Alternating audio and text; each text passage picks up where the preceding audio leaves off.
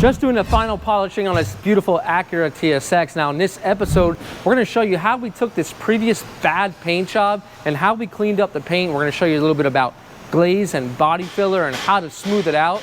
Then we'll take you through some of the steps of primer and then finally the paint job itself. And we'll finish off where we're right at here at the end of the video by polishing it. So let's get started.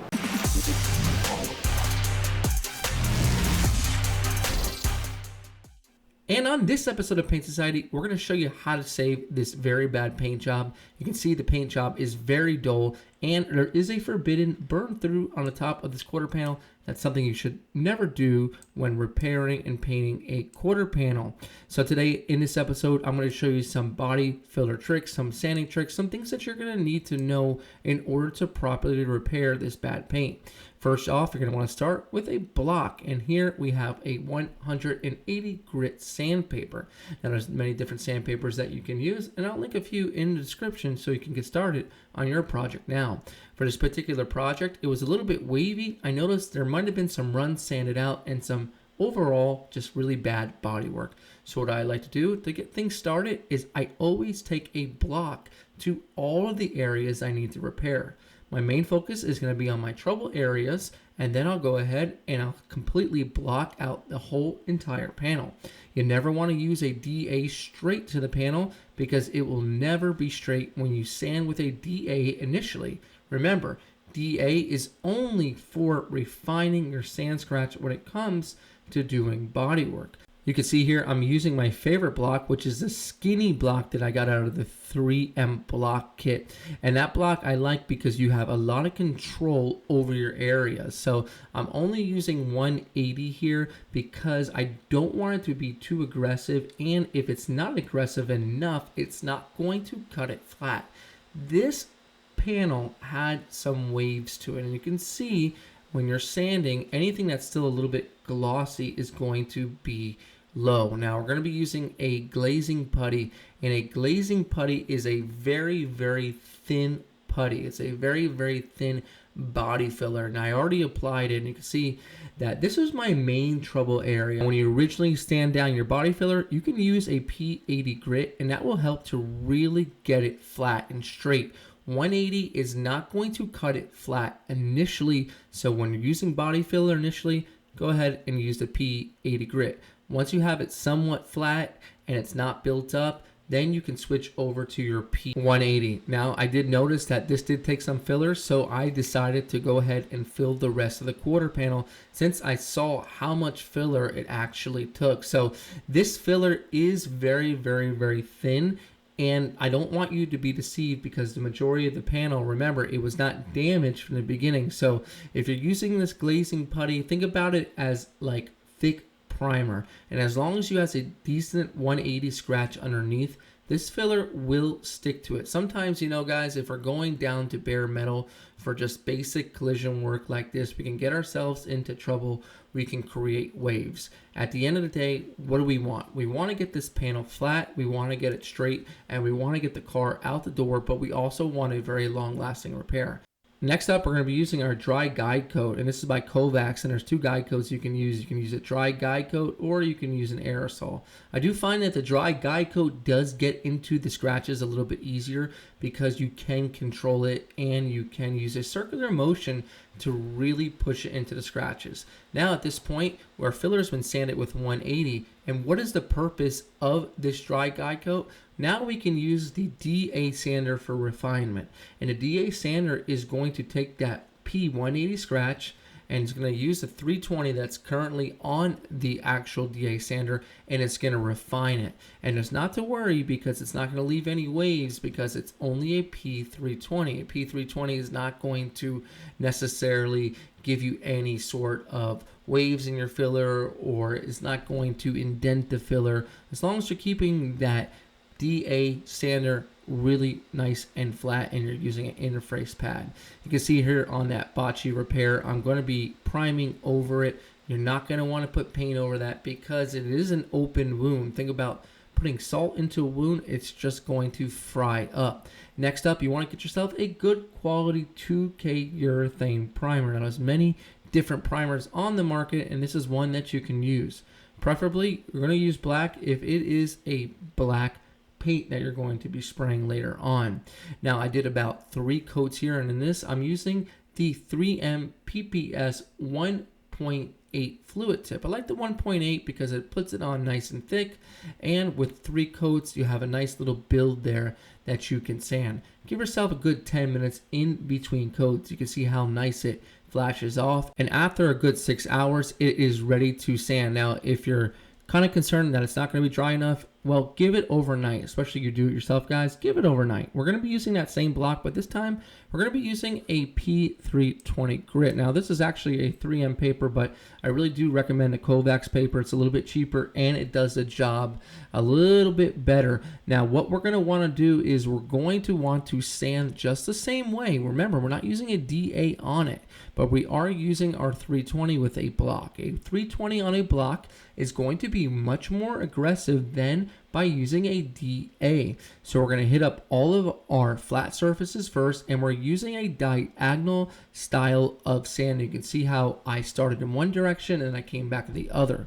Now, when we slow-mo it, you can see, if you really look closely, that it is not sanded flat yet. You can see that we're going to be using the black primer almost as a guide coat, meaning that what has not been sanded yet, it's still black, and what has been sanded is a cloudy white milky dust. And you can see in certain instances that when we go over a spot, it will flatten out to a nice milky white dust, and that was going to show you that, hey, this area is ready to go. It's been sanded thoroughly. Now, if you have an area that's still shiny underneath or still black, let's say, that's going to be a good indication that, hey, you have a low spot. And what would you do in that situation? Well, you can go back and put a little bit of that glaze back on it, sand it again with that 180, 320, and then go ahead and you have to reprime it. And I will tell you, you're not going to get these jobs perfect sometimes on the first pass of primer. It might take 2 or 3 times, especially if you're new.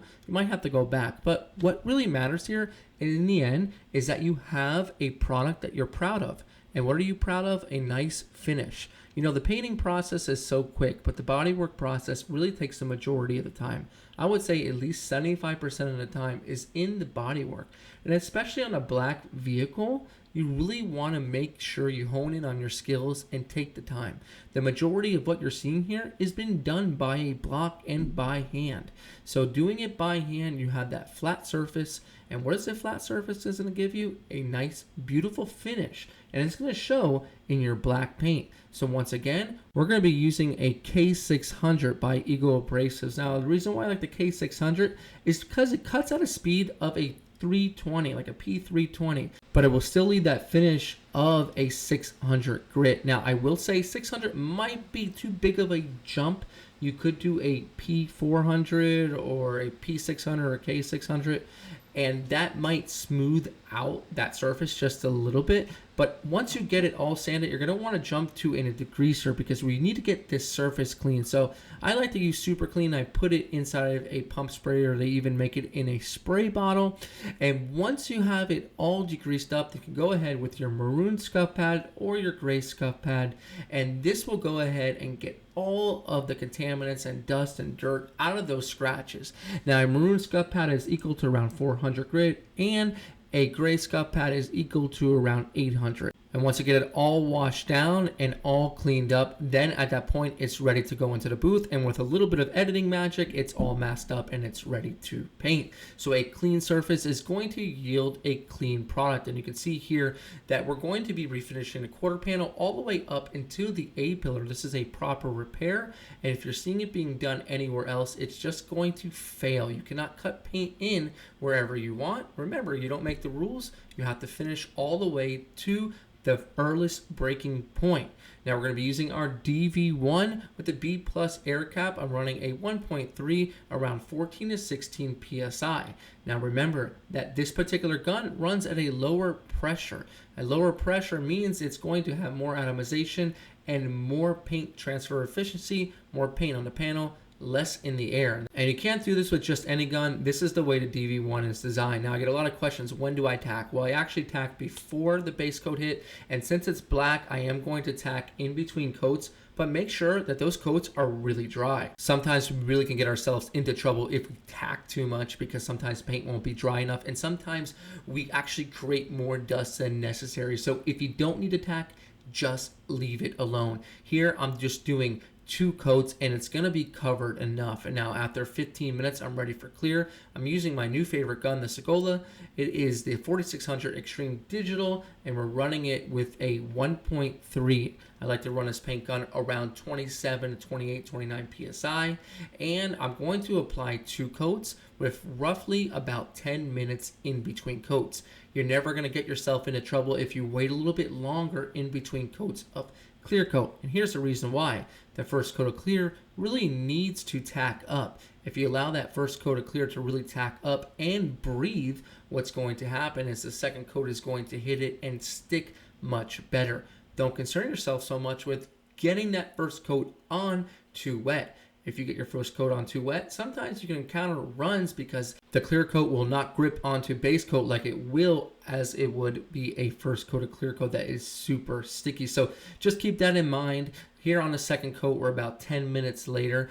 And what I'm doing on the second coat is I'm slowing things down. I actually took my fluid and it's got opened up to wide open, and I dropped my pressure, believe it or not, about 2 pounds. And what that does is that puts a little bit more paint onto the panel, so it dumps a little bit more paint. But you got to be careful with this, because if you put too much clear on, you can encounter those runs. That is a very sharp body line, and the clear is just dying to run off of it. It's just dying. So there's a very fine line between applying too much, and there's a fine line between applying too little. So just practice, practice, practice, and you will figure out what that fine line is. And keep in mind also, it really depends on the spray gun as well. Every spray gun is just a little bit different. So get in the garage or get in the booth and practice doing what you do and finding your own skill set that works for you, given the knowledge that you learned here on Paint Society. You can see we have a beautiful finish.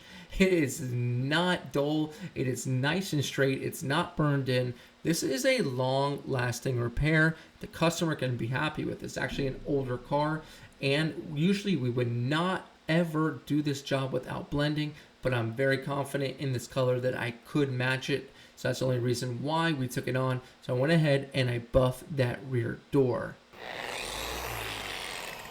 Well, and that's going to complete today's episode of Paint Society. I hope you guys really learned something. And, well, I don't want to see you using bad techniques and burning in right in the middle of those sail panels. Not a good way to do a repair. Hope you learned something. This is Brian from Paint Society reminding you, don't overthink it.